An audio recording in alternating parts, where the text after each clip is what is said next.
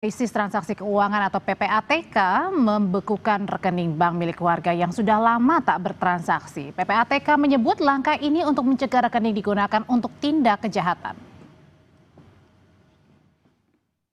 Apakah Anda memiliki rekening di bank yang tak pernah digunakan untuk bertransaksi dalam jangka waktu lama? Jika iya, maka bisa saja rekening menganggur Anda dibekukan oleh Pusat Pelaporan dan Analisis Transaksi Keuangan atau PPATK. PPATK menyebut menghentikan sementara rekening menganggur atau dorman untuk melindungi nasabah. Dalam siaran pers, PPATK bilang menemukan maraknya penggunaan rekening dorman tanpa diketahui, disadari pemiliknya menjadi target kejahatan, digunakan menampung dana-dana hasil tindak pidana. Data PPATK bilang ada 140.000 lebih rekening dorman yang membuka celah digunakan untuk kejahatan. Merespons pembukuan rekening menganggur, Menko Polhukam Budi Gunawan menyebut pemerintah bakal memastikan dana masyarakat tetap dijamin. Kemenko Polhukam akan berkoordinasi dengan PPATK dan stakeholder terkait untuk menjaga dan melindungi masyarakat atas dana yang dimiliki dan disimpan di perbankan, kata Budi Gunawan dalam siaran persnya. Masyarakat perlu mendapat penjelasan lebih utuh soal pembukuan rekening mereka yang tak aktif. Namun yang lebih penting, hak masyarakat untuk mengelola rekening banknya sendiri tidak tercederai. Tim Liputan Kompas TV. Saudara, PPATK menyebut rekening dorman atau yang lama tidak digunakan untuk transaksi rentan digunakan untuk kejahatan. Bagaimana memastikan dana warga tetap aman dan hak mengakses perbankan juga tetap terlindungi? Kita akan bahas bersama Koordinator Kelompok Substansi Humas PPATK, ada Pak Natsir Konga, dan juga pengamat kebijakan publik Trubus Rahadiansyah. Juga bergabung bersama kami lewat sambungan Zoom, ada anggota Komisi 3 DPR RI dari fraksi Partai Nasdem, Rudianto Lalu. Selamat malam Pak Natsir. Selamat malam. Pak Trubus, terima kasih sudah bergabung bersama kami. Pak Rudi, selamat malam. Selamat malam, Mbak. Oke, ini yang lagi hangat-hangat diperbincangkan nih. Saya mau tanya langsung deh ke PPATK, Pak Natsir Konga. Ini sebenarnya definisi rekening nganggur yang kemudian dibekukan, itu apa sih sebenarnya? Kalau di definisi itu masing-masing bank berbeda ya.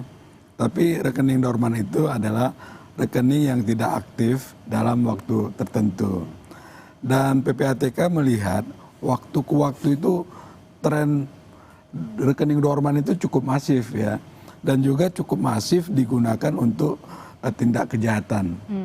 Maka dari itu dari 1 juta rekening yang kita analisis, yang kita periksa, itu lebih dari 150.000 rekening digunakan untuk kejahatan. Itu tahu dari mana rekening itu digunakan untuk kejahatan?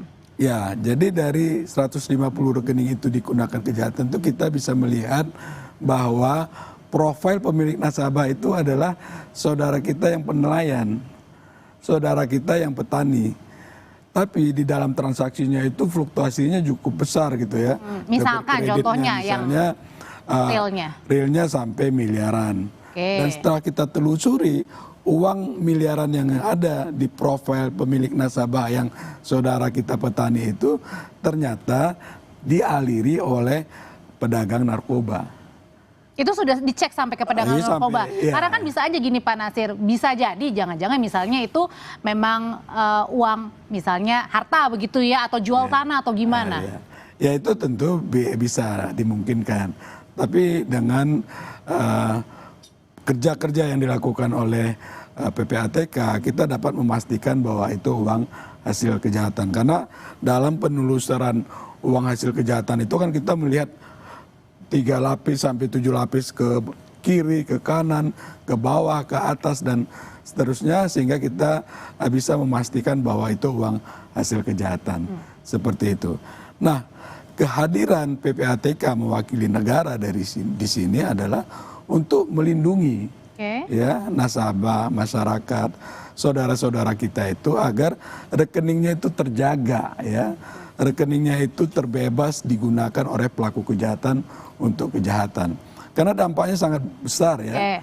Secara hukum kan pemilik rekening itulah yang bertanggung jawab atas transaksi yang ada. Kan begitu Mbak. Oke, nah berbicara soal pemilik rekening itu yang sebenarnya punya hak Pak Trubus, ya ini juga menjadi perbincangan, kok ini kan rekening saya, kenapa tiba-tiba ada PPATK yang tiba-tiba memblokir, kan ibaratnya ya rekening saya mau menggunakan untuk apa ya, itu hak saya, ini yang dipertanyakan sebenarnya Pak Trubus. Iya, inilah apa sebenarnya rekening itu kan masih tetap hak dari nasabah kan gitu. Nasabah itu butuh informasi yang clear.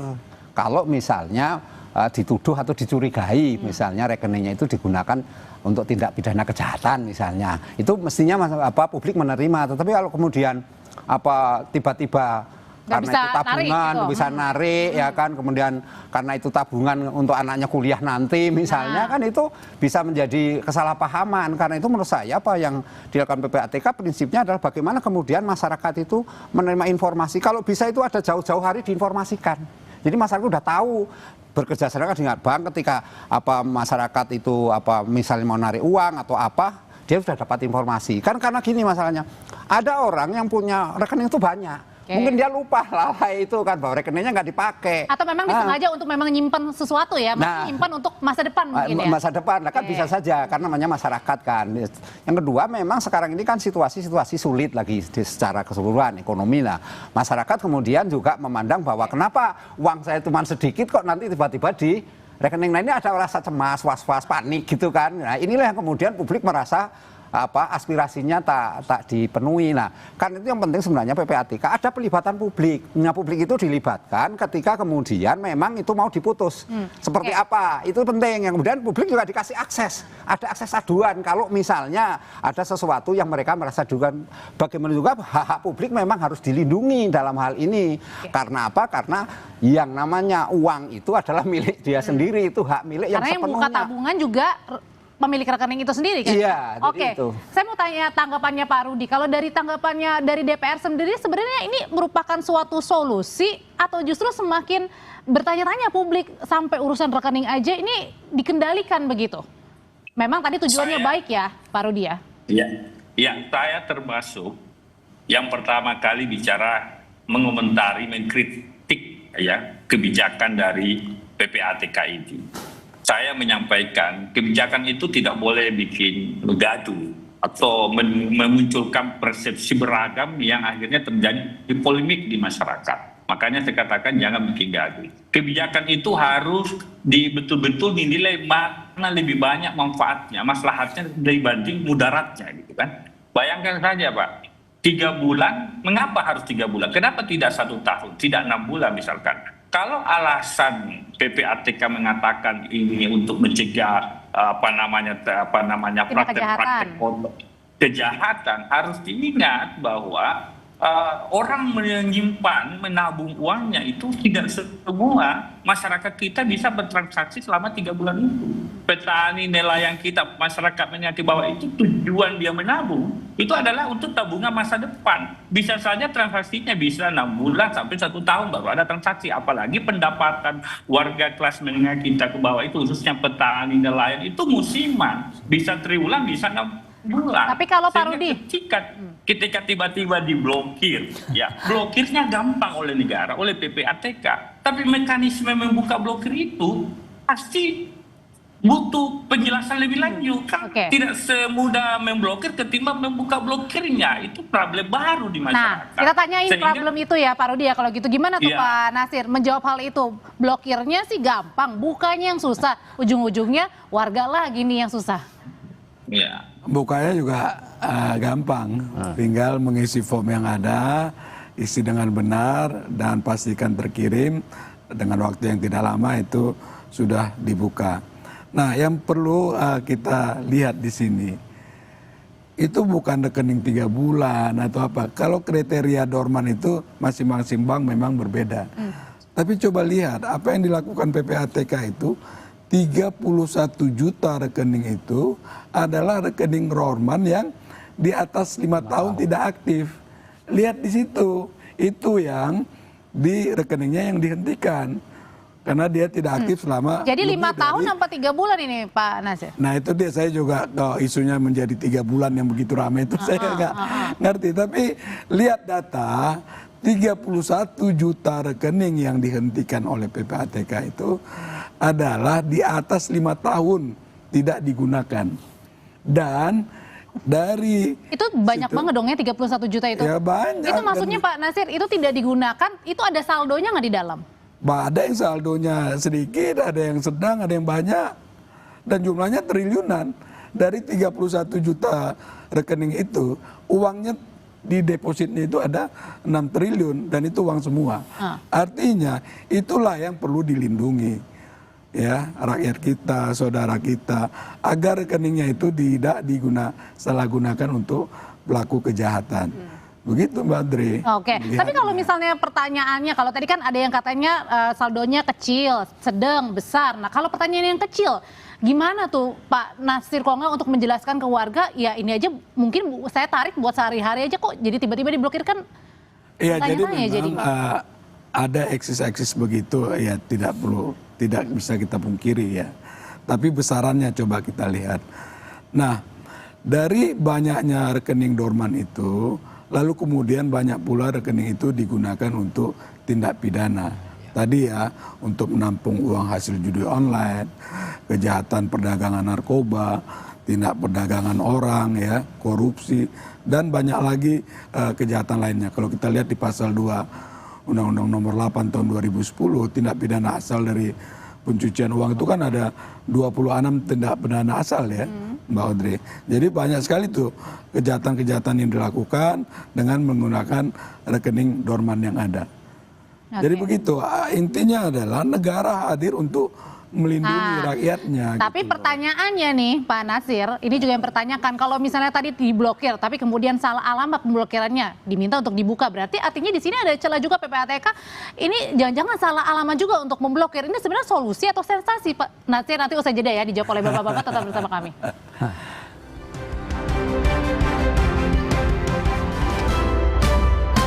Malam lanjutkan perbincangan saya dan pertanyaan saya sebelumnya Pak Nasir. Jadi sebenarnya PPATK yang memblokir uang-uang nasabah ini sebenarnya solusi atau sensasi sih Pak?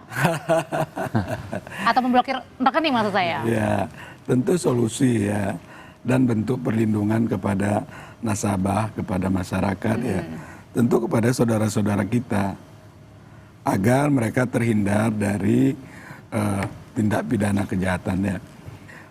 Karena fakta di lapangan itu banyak sekali ya, saudara-saudara kita itu pemilik sah rekening, tapi rekeningnya digunakan untuk kejahatan. Lalu ketika ada proses hukum, dia yang bolak-balik dipanggil oleh penyidik. Kan berapa banyak effort yang dia keluarkan, waktu, tenaga, uang gitu kan. Padahal rekeningnya yang digunakan untuk kejahatan, dia sendiri tidak mengetahui kalau rekeningnya itu digunakan untuk tindak pidana. Jadi hal-hal yang seperti yang ini yang kita lindungi. Belum lagi misalnya ya banyak dari suami istri gitu ya, ketika suaminya meninggal, keluarga nggak tahu tuh kalau suaminya punya rekening di sebuah bank. Nah, dengan penghentian sementara ini, lalu kemudian bank memberikan notifikasi bahwa ada rekening atas nama ini, itu keluarga tahu jadinya. Dan saldonya banyak juga, ada yang banyak begitu ya. Begitu juga dengan korporasi, pemilik perusahaan membuka rekening tapi pemegang saham yang lain nggak tahu, dan ternyata di rekening itu jadi intinya adalah ini sebenarnya adalah untuk melindungi begitu. Iya, melindungi kepentingan nasabah, kepentingan masyarakat. Pak Rudi, ini dikatakan oleh Pak Nasir Konga katanya dari PPATK ini ya merupakan bentuk perlindungan, bentuk sayangnya untuk warga begitu. Masih ditangkap atau kemudian masih nampaknya nggak pas nih? Ya mungkin tujuannya, niatnya bagus. Cuma yang jadi polemik di sini kan waktunya yang 3 bulan itu. Katanya bukan 3 bulan ya? Nah sekarang diklarifikasi malam ini diklarifikasi oleh Humas PPATK mengatakan ini 5 tahunan. Ya kalau itu saya setuju, tetapi kalau rekening digeneralisir umum 3 bulan, itu yang saya tidak sependapat sesuai pertanyaan media hari ini. Kalau ada kebijakan seperti itu yang kontroversi, itu yang bikin gaduh, itu yang bikin polemik. Kami tidak setuju itu. Itu yang saya katakan tadi. Karena gini Pak, pihak bank kan punya juga, harusnya ini yang disampaikan oleh PPATK ke seluruh pihak bank, ya pengelola bank, agar nasabah yang mau membuka rekening baru itu harus diverifikasi benar, divalidasi benar supaya rekeningnya tidak bisa disalahgunakan, tidak dipakai orang lain misalnya untuk sebuah kejahatan. Seperti yang disampaikan oleh Humas PPATK saja banyak disalahgunakan supaya rekening yang membuat rekening betul-betul rekening mereka, dia yang punya, bukan misalkan rekening orang meninggal yang dipakai dan sebagainya. Praktek seperti itu kan mungkin saja bisa terjadi di perbankan. Ini yang harus berarti artinya lebih setuju ini kepada perbankan. Oke, berarti ini sebenarnya imbauan yang harusnya dilakukan bank ya, bukannya langsung main blokir aja oleh PPATK, maksudnya gitu ya? Iya, harus kerjasama seperti itu, kolaborasi seperti itu PPATK. Karena PPATK ini kan intelijen negara, khusus di sektor keuangan perbankan. Dialah yang mendeteksi transaksi-transaksi misalkan mencurigakan dan sebagainya. Makanya saya katakan tadi, PPATK fokusnya hari ini adalah bagaimana misalkan fokus pada transaksi mencurigakan. Kalau ada transaksi mencurigakan, itu yang dilapor kepada APH kita, penegak hukum kita untuk ditindaki misalkan. Kan seperti itu PPATK. Filosofi pembentukan PPATK kan seperti itu. Hadir untuk mencegah tindak pidana pencucian uang dan yang pendanaan terorisme, kan seperti itu. Supaya kebijakan-kebijakan yang dianggap tidak populis, kalau itu terjadi, ini tidak terjadi bikin gaduh di masyarakat. Itu yang kita harapkan sebenarnya. Dan penjelasan Humas PPATK hari ini bahwa rekening dorman itu 5 tahun, saya kira kalau itu tahunan kita setuju-setuju saja. Nah, itu yang saya katakan tadi Mbak, niatnya mungkin baik, tapi caranya saja informasi yang beredar ini mungkin karena di sosial media tidak resmi, akhirnya jadi ribut. Mungkin sampai-sampai sekarang sore hari ini Pak Prabowo juga manggil nih Ketua PPATK. Ya Pak Nasir ya? Iya, iya. Ini dipanggil ya sama Pak Prabowo, jangan-jangan ngomongin soal ini nih. Nih Pak, saya baca ya di kompas.com nih baru saja nih terbit nih bahwa ya itu tadi Presiden Prabowo ini memanggil Ketua PPATK.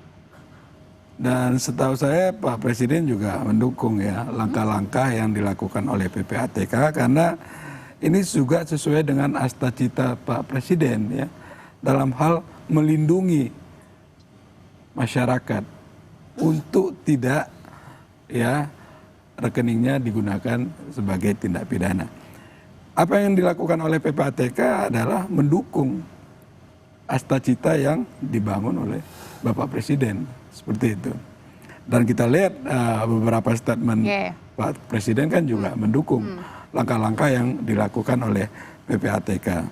Dan tentunya semua kita ya untuk sama-sama lah berkolaborasi karena niatnya sangat-sangat mulia, sangat baik ya Pak Trubus untuk melindungi masyarakat kita, melindungi warga kita, melindungi nasabah agar terhindar dari kejahatan keuangan. Nah, begitu. Kalau gitu Pak Trubus, bagaimana caranya mengkomunikasikan juga pesannya ini karena kan memang sudah terlanjur gaduh di masyarakat ya mengenai pemblokiran yang dilakukan oleh PPATK ini. Iya, menurut saya ini harus ada dilakukan bukan sosialisasi Mbak, tapi edukasi ke masyarakat langsung, ada pendampingan. Pertama tentu dari pihak perbankan dulu, karena kan orang kan selama ini kan aktivitasnya dengan pihak bank. Nah, jadi bank itulah yang punya kewenangan untuk memberitahukan kepada pemilik rekening bahwa ada peraturan terkait dengan PPATK misalnya seperti itu. Jadi bukan artinya langsung PPATK langsung blokir. Jadi nggak langsung, ini kalau blokir kan berarti top down dipaksa. Nah, itu uangnya gimana? Nah, uangnya gimana? Pemanfaatnya uangnya di kemana kan? Publik kan menanyakan sudah diblokir itu uangnya kemana? Nah, itu kan publik juga perlu tahu, diinformasikan. Publik sekarang kan kepo gitu kan. Uangnya kemana tuh Pak Nasir? Itu harus dijelaskan. Itu publik harus dapat informasi yang utuh Pak gitu. 100% aman. Aman. Oke. Yeah. Ya, terus seperti Pak anggota DPR bilang tadi itu PPATK juga punya fungsi untuk memberikan rekomendasi. Nah, dari pemeriksaan yang kita lakukan itu ada 10 juta rekening yang penerima bansos. Dia penerima bansos dan juga pemain judi online. Nah, itu kan artinya data itu kan penting ya buat perbaikan sistem dan seterusnya. Di mana kami juga memiliki kewenangan untuk memberikan rekomendasi. Nah, atas dasar dari hasil pemeriksaan, hasil analisis yang kita lakukan itu banyak ternyata penerima bansos itu bukanlah orang yang berhak Tepat sasaran mendapatkannya. ya. Oke, Sehingga baik. tidak tepat sasaran. Oke, Begitu, Mbak. oke. Kalau gitu singkat aja kalau gitu ke Pak Rudi, bagaimana juga Iya. caranya meyakinkan begitu ya bahwa yang diblokir oleh PPATK itu memang benar-benar rekening yang bermasalah, bukan rekening yang tidak bermasalah tapi kemudian diblokir. Bagaimana caranya hal itu bisa dipilah? Ya, makanya PPATK punya cara sendiri kan menganalisis, ini ya pusat analisis ya kan, dan dia pasti tahu, mereka pasti tahu yang mana rekening-rekening yang punya transaksi-transaksi mencurigakan yang mungkin disinyalir, diduga itu adalah tindak pidana, bagian dari tindak pidana, sehingga mereka pasti tahu lah rekening masuk dan sebagainya. Tetapi ketika ada kebijakan misalkan awalnya 3 bulan tidak ada transaksi bisa langsung diblokir, itu yang pasti mendapatkan reaksi menuai pro kontra di masyarakat. Kita tidak mau itu. Kami berharap Baik. PPATK, Baik. kami paham tugas PPK, Baik. dia mitra kerja kami di Komisi 3, Oke. agar kebijakan-kebijakan yang diambil tidak selalu, oh ini dana bansos dipakai di online. Yang kita butuhkan hari ini ada data pelanggaran dan sebagainya, itu langsung dilaporkan ke APH, lapor langsung ke polisi, lapor ke kejaksaan, kalau perlu lapor KPK, ada transaksi mencurigakan di Oke. sini. Jangan kemudian mengumbar kebijakan itu di media sehingga memunculkan polemik perspektif baru berada di masyarakat. Itu yang kita Baik. tidak mau sebenarnya. Sudah kami tangkap, terima Siap. kasih. Pak Rudi, Kasih. Pak Nasir Kongo, terima Makasih. kasih. Pak Terima Rudi, terima kasih. kasih. Selamat malam Terima kasih. semuanya. Pak Rudi, terima Makasih, kasih. Pak.